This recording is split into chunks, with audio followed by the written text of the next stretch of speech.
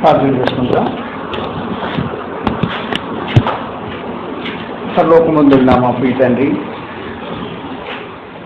పూజాకుడు దేవా, మీకు స్తోత్రం. మీరు మమ్మల్ని కనిపించి భూమి మీద బ్రతికిస్తున్నందుకు స్తోత్రం. ఈ బ్రతుకు కాలంలో నిత్యత్వం కొరకు సిద్ధపడటానికి మీరు మాకు దయచేసిన ఆయుష్కాలను బట్టి, సమయాలను బట్టి, ఇలాంటి అవకాశాలను బట్టి మీకు స్తోత్రం సమర్పిస్తున్నాం.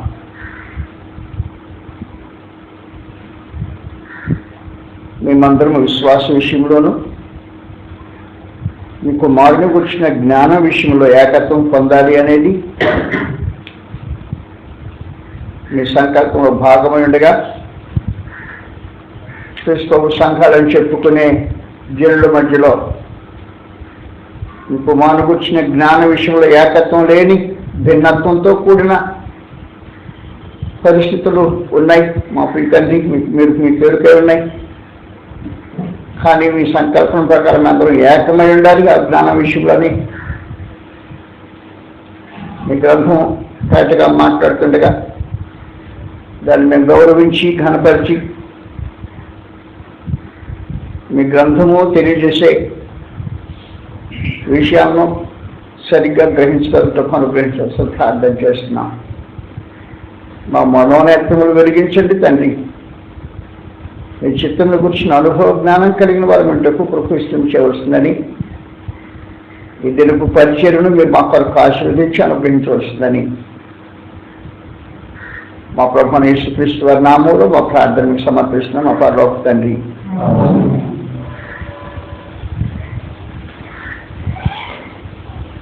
మొట్టమొదటి ప్రశ్న, బాప్తిస్మం పొందక ముందు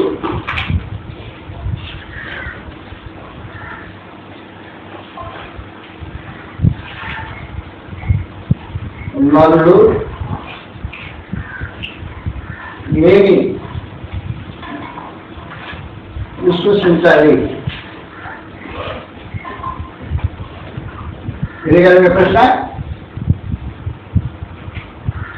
బాప్తిస్మం పొందక ముందు ఒక వ్యక్తి ఏమి విశ్వసించాలి? ఊహించాల్సిన అవసరం లేదు, ఊహలతో మనకు పని లేదు. గ్రంథం ఈ విషయం తేటగా మాట్లాడుతుంటది. అపోస్తలుల కార్యగ్రంథం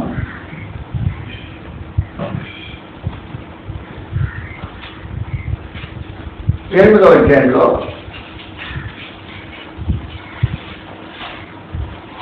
అపోస్తలుల కార్యగ్రంథం 8వ అధ్యాయం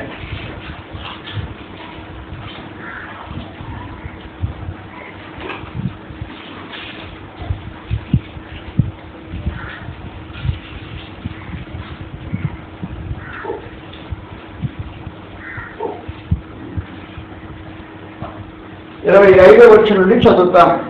అంతటా వారు సాక్ష్యం ఇస్తూ ప్రభు వాక్యమును బోధించి యెరూషలేమునకు తిరిగి వెళ్ళొచ్చు, సమరయలో అనేక గ్రామములో సువార్త ప్రకటించుతూ వచ్చిరి.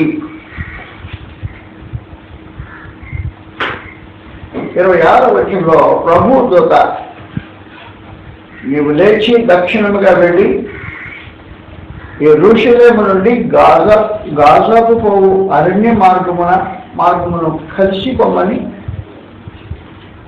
ఫిలిప్పుతో చెప్పగా అతడు లేచి వెళ్ళెను.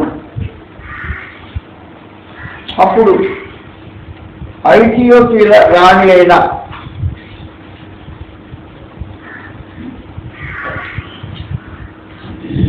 కందాకే క్రింద మంత్రి అయి ఆమె యొక్క ధనాగారం అంతటి మీదనున్న ఐథియోపియుడైన నపుంసకుడు ఆరాధించుటకు యెరూషలేమునకు వచ్చి ఉండెను. అతడు తిరిగి వెళ్ళుచు తన రథ మీద కూర్చుండి ప్రవక్త అయిన యెషయా గ్రంథము చదువుచుండెను.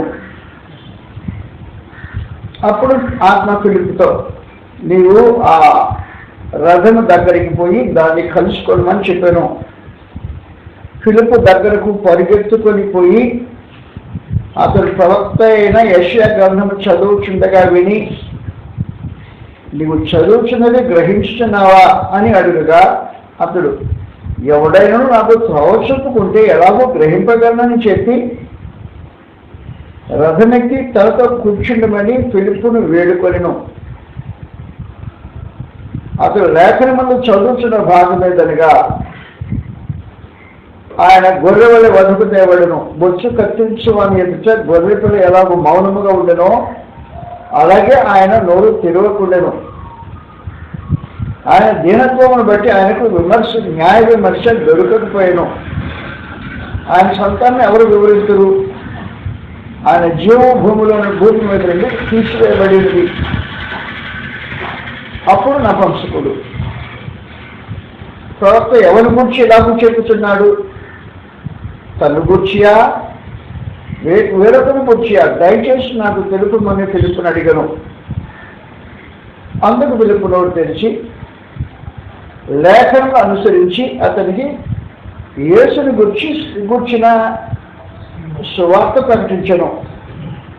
వారు త్రోవలో వెళ్ళుచుండగా నీళ్ళు ఒక చోటికి వచ్చినప్పుడు నపుంసకుడు, ఇదిగో నీళ్లు, నాకు బాప్తిస్మం ఇచ్చుటకు ఆటంకమని అడిగి రథము నిలుపమని ఆజ్ఞాపించును. 37వ వచనం మెసేజ్ కింద రాసినటువంటి జాగ్రత్తగా, ఫిలిప్పు, నీవు పూర్ణ హృదయంతో విశ్వసించిన ఎడల పొందవచ్చునని చెప్పాను. అతడు యేసు దేవుని కుమారుడని ఒప్పుకుంటున్నానని ఉత్తరమిచ్చాడు. అప్పుడు ఇంత నీళ్ళు దిగాయి. కాబట్టి బాప్తిస్మానికి ముందు ఏమి విశ్వసించాలి? ఊహించాల్సిన అవసరం లేదు. ఏమి ప్రకటించబడాలి అనేది ఊహించాల్సిన అవసరం లేదు. ఏం చెప్పాడంటే ప్రత్యేకించి బాప్తిస్మం పొందుతానే అన్ని నీళ్ళు ఉన్నాయి. క్రీస్తు గురించి ప్రకటన చేశాడు ఆ మనిషి. ఆ లేఖన భాగము యెషయా 53వ అధ్యాయంలోకి. యెషయా 53వ అధ్యాయంలో క్రీస్తు యొక్క బలి వర్ణించబడింది. నపుంసకుడు చదువుతున్నాడు, భక్తి కలిగిన మనిషి. భక్తి ఎంతని చెప్పడానికి అవకాశం ఉండదు. అతను ఇథియోపియా దేశాల నుండి ఫిలిస్టియా దాటి యోదయ దేశంలోకి వచ్చాడు. 3 దేశాలకు వచ్చాడు ఆరాధన చేయడానికి. అందరూ పోతాం మనం సంగతులు. ఆరాధన దూరం అయిపోయిందండి ఆరాధనకి అనే మనుషులు ఉన్నారు ఈ రోజుల్లో. అలాగే 3 దేశాలు దూరం కాదు ఆ మనిషికి. కానీ ఆ ఇథియోపియా దేశం నుండి ఫిలిస్టియా గుండా ఆయన యోదయ దేశానికి వచ్చి యెరూషలేముకి ఆరాధన చేశాడు. ఆరాధన కార్యక్రమం ముగిసిపోయింది. మామూలుగా సువార్త చెప్పడం ఏం చేస్తుంటాడు? ఆరాధనకి వెళ్ళేటప్పుడు 4 మాటలు చూసి రాసుకుని వెళ్ళిపోతాడు. వచ్చేటప్పుడు చూస్తాడా చూడడం. ఆచార్య టైపు వెళ్ళేటప్పుడు చదివాడో లేదో మనకు తెలియదు. కానీ ఆరాధన ముగించుకుని వచ్చేటప్పుడు ధర్మం చదువుతున్నాడు. దాని బట్టి దాంట్లో తేటగా కనపడుతుంది. గ్రంథాన్ని మనం కరేపాకు వాడుకుంటాం. వాళ్ళు భక్తి కోసం వాడుతుంటారు గ్రంథాన్ని. అందువల్ల తిరిగి వెళ్ళేటప్పుడు గ్రంథాన్ని పరిశీలనగా చదువుతున్నాడు. యెషయా గ్రంథం 53వ అధ్యాయం ఎవరికి చెప్పాడో తెలియకుండా తల భద్రపరుచుకుంటున్నాడు మనిషి.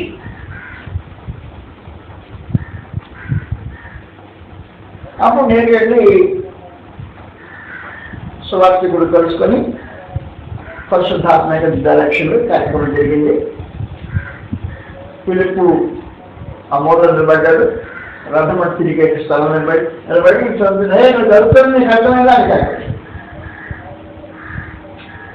ఎవరైనా చెప్పకపోతే నాకు అర్థం అవుతుంది అని అడిగాడు. అలా కొంచెం ఇద్దరు తెలిసిన వెళ్ళకుండా నాకు దగ్గర కూర్చో వివరించి మొదలెట్టు. కాబట్టి ఆ లేఖనాన్ని తీసుకొని క్రీస్తు ప్రభువును గురించి ఆయన బలి విశేషణ సమాచారం వివరించారు. వివరించుతూ పోతుంటే నీళ్ళ స్థలం వచ్చేసింది. బాప్తిసం పొందాలని ఆలోచన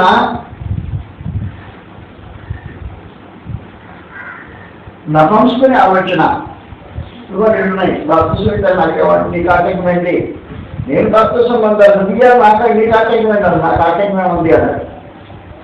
నీకు బాప్తిసం నాకు ఆటంకం ఉన్నాయా, నువ్వు నమ్మితేగా నమ్మించేది. ప్రాంప్టింగ్ జరగాలి అక్కడ. నీళ్ళలో వెళ్ళిన తర్వాత స్వార్థకుడు చెప్తాడు, మీరు ఎప్పుడైనా చేశారా ఈ పని? ఏమైనా ప్రాంప్టింగ్ ఇస్తాడు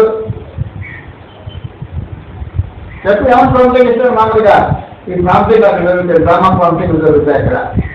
డ్రామా ప్రాంప్టింగ్ జరగదు ఇక్కడ. పూర్వహృదయంతో విశ్వసిస్తే పొందొచ్చు అన్నాడు. పూర్వహృదయంతో అతను ఏం విశ్వసిస్తున్నాడు?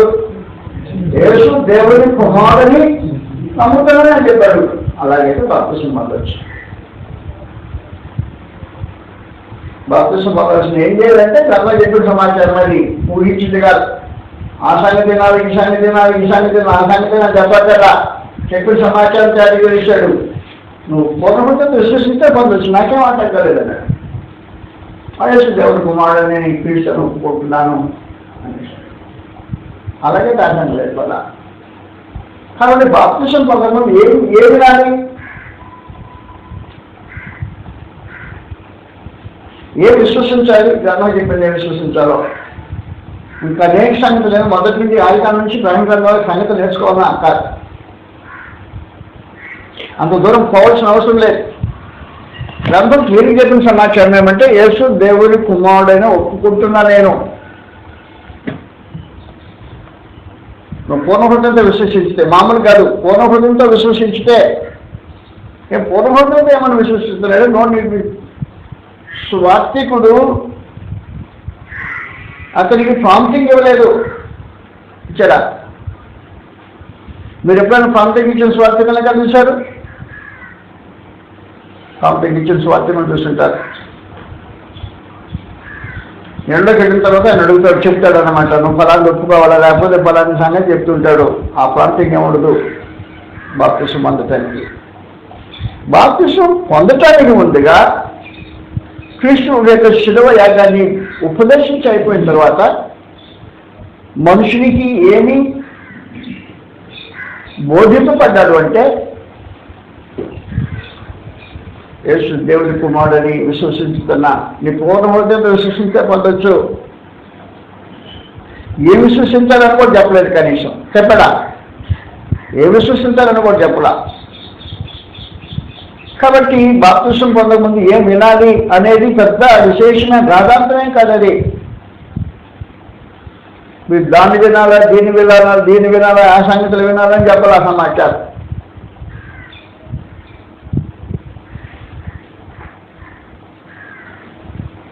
బాప్తిస్మం పొందకముందు వచ్చిన అబ్జెక్షన్ అప్పుడు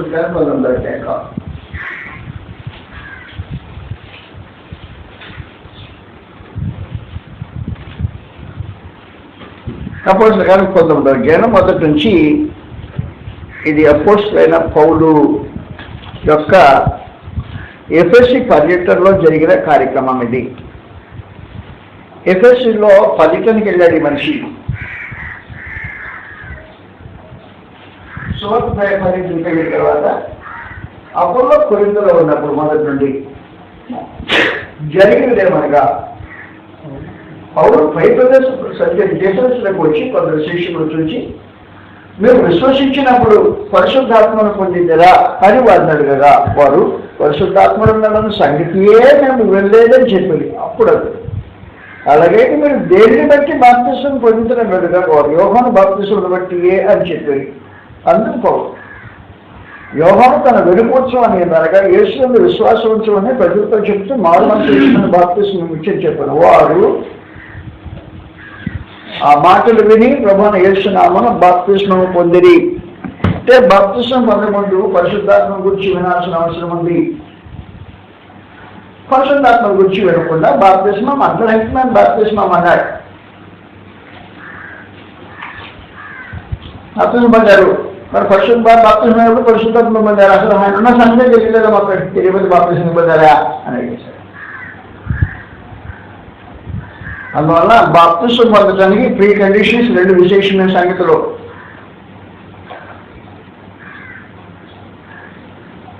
దేవుని గురించి కృష్ణ దేవుని కుమారుడైన సమాచారం గురించి పరిశుద్ధాత్మ యొక్క ఉనికిని గురించి మనుషులు వినటం అవసరం. అప్పుడు ఏం చేయాలంటే మారు మనసు పొంది అనే ఒక విశేషమైన కార్యక్రమం ఉంది. మారు మనసు అంటే పశ్చాత్తాపం కాదు. మనుషులు పశ్చాత్తాపంతో పడుతున్న మనుషులతో మాట్లాడారు. అపోస్తలుల గారు 2వ అధ్యాయం 36వ వచనంలో వారు ఆ మాట్లాడేది హృదయంలో రుచుకొని మాటలు విని హృదయంలో రుచుకున్నారంటే పశ్చాత్తాపడుతున్నారు అన్నమాట. అయ్యో మా ప్రభువును మేము ఏ మెసేజ్ వరకు ఎదురు చూసామో ఆ ప్రభు వస్తే ఆయన సిలువేషమే అనే మౌనం దుఃఖంలో ఉన్నారు, పశ్చాత్తాపడుతున్నారు. పశ్చాత్తాపం అంటే మారు మనసు కాదు. తప్పు చేసామనే బాధ మారు మనసు కాదు. తప్పు చేసామనే బాధ ఇస్కరియోతు యూదా కూడా ఉంటుంది, అది మారు మనసు కాదు. కాబట్టి మారు మనసు అనేది అదేంటో మనుషులు జాగ్రత్తగా ఆలోచించాల్సిన అవసరం ఉంది.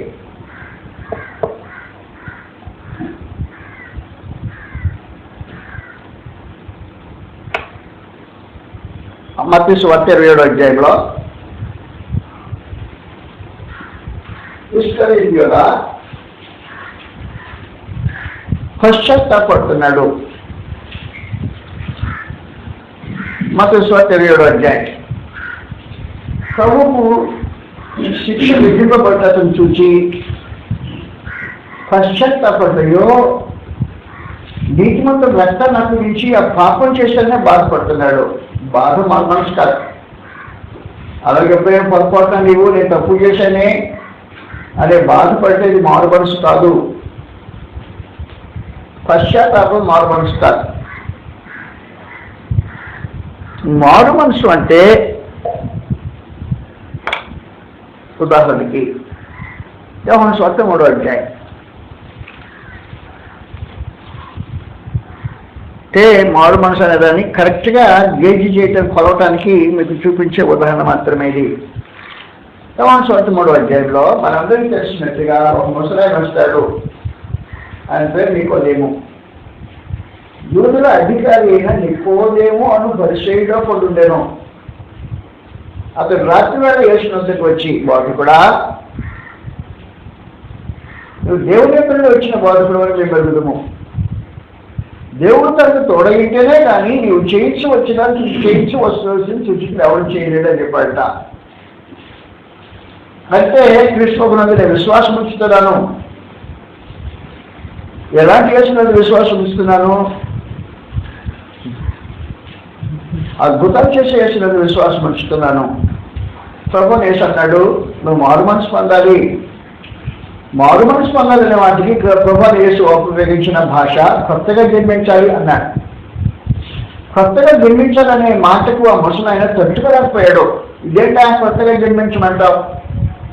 నేను మరి ఈ ముసలితనంలో తెలంగాణలోకి వచ్చి మళ్ళీ పశువుని ఎలా అవుతాను అని ఆలోచించండి. ఆలోచన తప్పు. నువ్వు మారు మనసు పొందాలి అని చెప్పడానికి ప్రభువు యేసు ఒకటేంటంటే నీ విశ్వాసాన్ని మార్చుకోవాలి అనేది మారు మనసుకు సందేశం. జాగ్రత్త గుర్తుపెట్టుకోండి. సంభాషణ జరుగుతుంది, పెద్దానికి కట్ల బాగా అంటుకోకపోతే వాదం జరుగుతుంటే కిందకు వచ్చేసాడు. 3వ అధ్యాయంలో యోహాను సువార్త 3వ అధ్యాయంలో ముసలివాడైన మనుషులు ఎలాగో ప్రతిమలా జన్మింపరాదు అని నికోదేముకు వచ్చిన ప్రశ్న 4వ వచనంలో ప్రభువు యేసు అన్నాడు. అయితే యేసు ఇట్లను ఒకడు నీటి మూలముగా ఆత్మను జన్మించుతున్నాయి దేవుని రాజ్యంలో ప్రవేశించలేదని ఇక్కడ చెప్తున్నాను.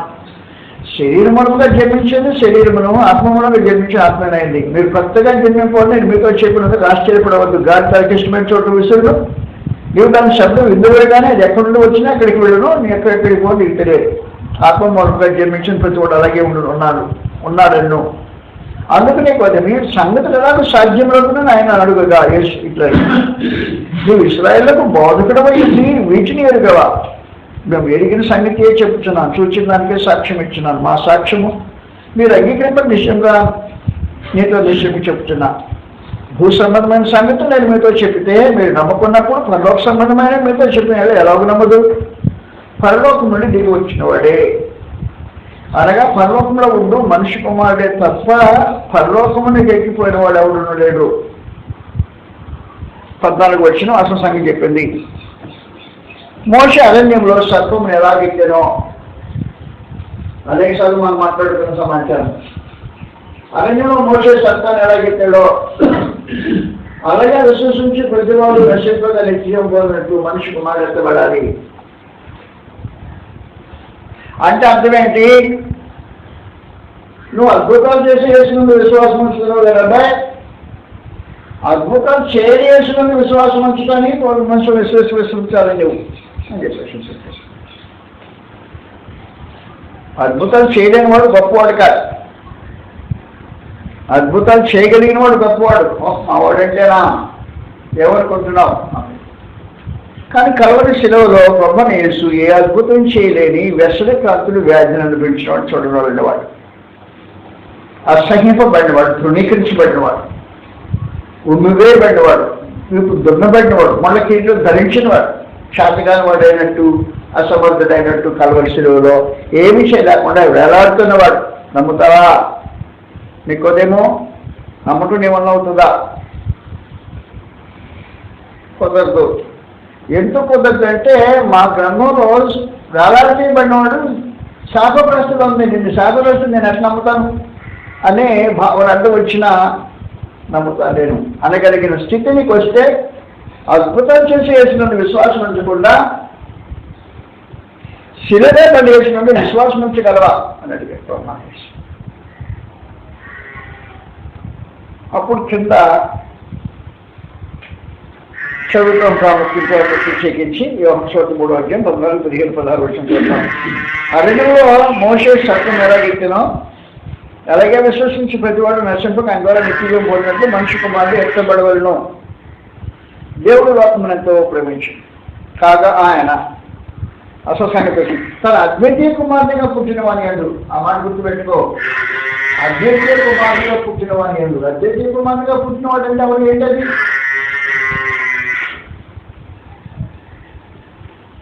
అద్వితీయ కుమార్తెగా పుట్టినవాడు అంటే అర్థం ఏంటి?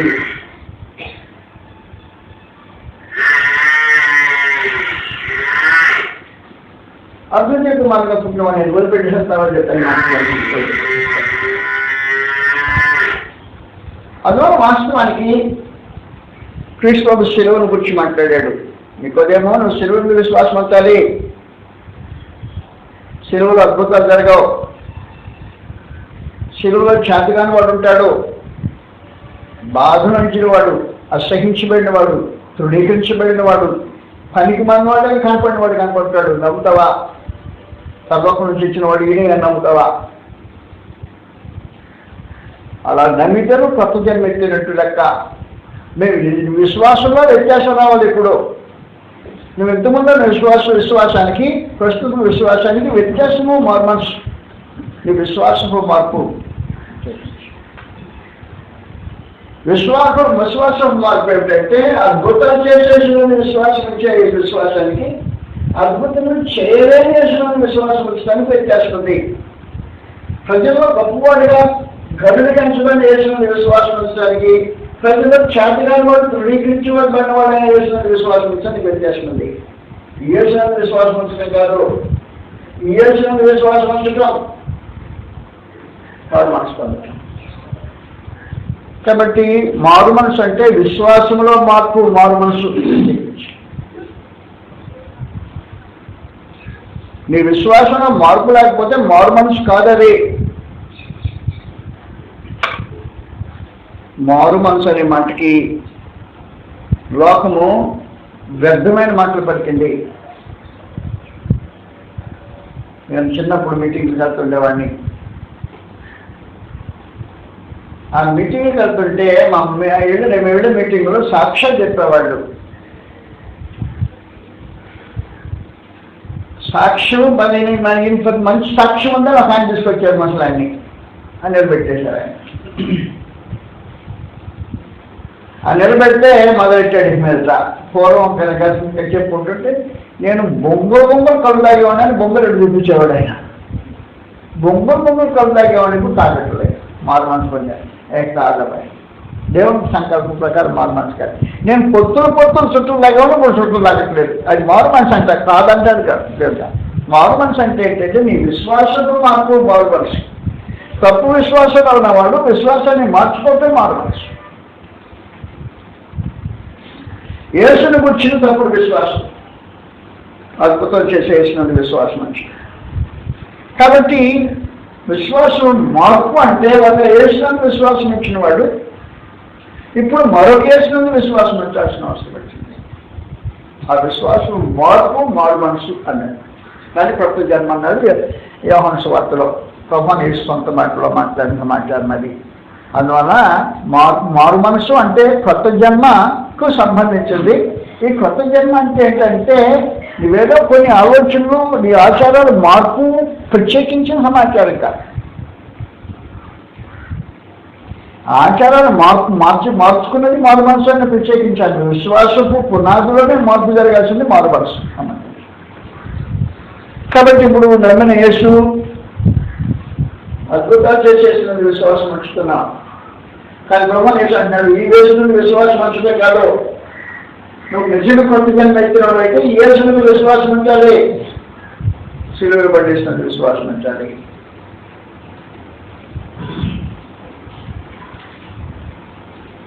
సిలువలో పడిన యేసు అద్భుతాలు చేసే యేసు మహాధనుడు, సమర్థుడు, మనగాడు, గొప్పవాడు. సిలువే పడిన యేసు అసమర్థుడు, చేతగాని వాడు అని తెలియపరిచిపెట్టవాలి. ఇలాంటి టైప్లో ఆయన్ని నువ్వు విశ్వసించుతావా అని నికోదేముడు అడిగిన సంగతి అనేక సార్లు మనం మాట్లాడుకున్నాం. మళ్ళా సందర్భం వచ్చింది అనేసారి కోసం. కాబట్టి మారు మనసు అంటే నీ విశ్వాసము మార్పు చెందాల్సిన స్థలంలో మార్పు చెందాలి. విశ్వాసము మార్పు లేకుండా మారు మనసు అర్థం లేదు. వాస్తవానికి అతను పరిచయుడు అంటే చాలా మతనిష్ట గలవాడు.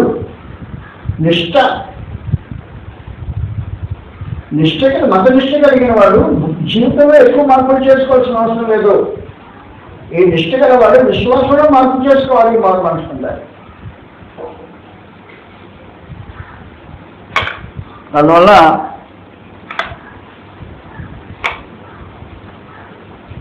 విశ్వసించేవాడు మారు మనసు పొందాలా. మారు మనసు పొందిన వాడు బాప్తిసం కొట్టుకుంటూ చిన్నప్పుడు చెప్తాడు నువ్వు విశ్వసిస్తే పొందొచ్చు అంటాడు.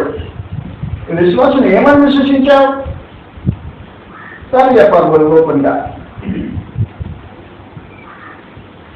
నీళ్ళ పోయినప్పుడు మనుషులు కొన్ని డైలాగులు జరుగుతారు.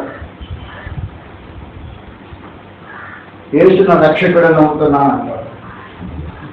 అర్థమే అది పని అంగీకరించబడి యేసు నా రక్షకుడని నమ్ముతున్నాను, నా పాపాలు ఈ డైలాగులు అవసరం లేదు. ఏం చెప్పారంటే నువ్వు పూర్ణ హృదయంతో విశ్వసిస్తే బాప్తిజం పొందొచ్చు అన్నాడు. ఏమని విశ్వసించాలని ప్రాంప్టింగ్ ఇవ్వకుండానే యేసు దేవుని కుమారుడని నేను విశ్వసిస్తున్నాను అని చెప్పేసాడు. బాప్తిజం చేశాడు. అది విశేషమైన మాట. కాబట్టి ఏం వినాలి అంటే ఒకవేళ మళ్ళా బాప్తిజం పొందిన వాళ్ళ కేసులో పరిశుద్ధాత్ముడు ఉన్నాడని వినాల్సిన అవసరం ఉంది. యేసు దేవుడి కుమారుడని విని విశ్వసించాల్సిన అవసరం ఉంది. కాబట్టి దేవుడు ఉన్నాడనేది నిరాక్షేపమైన అంగీకారం. యేసు దేవుని కుమారుడు అన్నప్పుడు దేవుడు ఉన్నాడనే సమాచారం. కాబట్టి దేవుని, కృష్ణుని, పరిశుద్ధాత్మను గురించి వినే సమాచారం మనుషులు తేటగా వినాల్సిన అవసరం ఉంది. బాప్తిసానికి నేను బాప్తిసం అంటే ప్రాంతికి జరగదు, లేకపోతే బయటికి పంపించేస్తాను నీళ్ళ నుంచి. ఏం చెప్తుంటారంటే నీ విశ్వాసాన్ని ఒప్పుకో అంటాను అంటే. ఫిలిప్ అన్నట్టు నీ పూర్ణ హృదయం విశ్వసిస్తే పొందొచ్చు అంటాను. విశ్వాసం ఒప్పుకోమంటే నువ్వేం చేయాలి? యేసు దేవుని కుమారుడని నేను నపంసకుడు చెప్పినట్టు నేను విశ్వసిస్తున్నాను అని చెప్పాలి. చెప్తే బాప్తిజం జరిగితే లేకపోతే జరగదు. ప్రాంప్టింగ్ జరగవు అక్కడ. కాబట్టి బాప్తిజం పొందడానికి ఏం విశ్వసించాలి ఈ గ్రంథంలో పలానా సంగతి, దాని గురించి ఇంకా మించి మాట్లాడాల్సిన అవసరం ఉండదు. అది బాప్తిజం పొందడానికి మనిషికి నాల్సిన సమాచారం.